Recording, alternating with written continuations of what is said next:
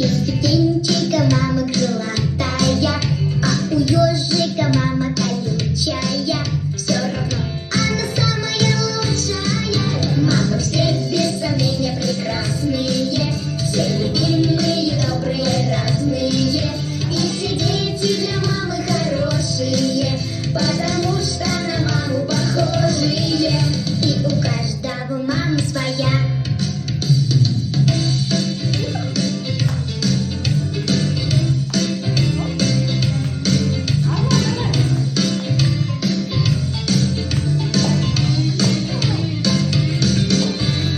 Шутки есть мама лохматая, крокодильчика мама зубастая.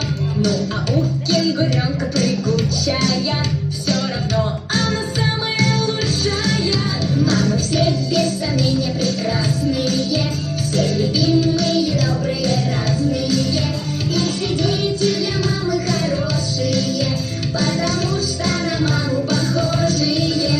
И у каждого мама своя.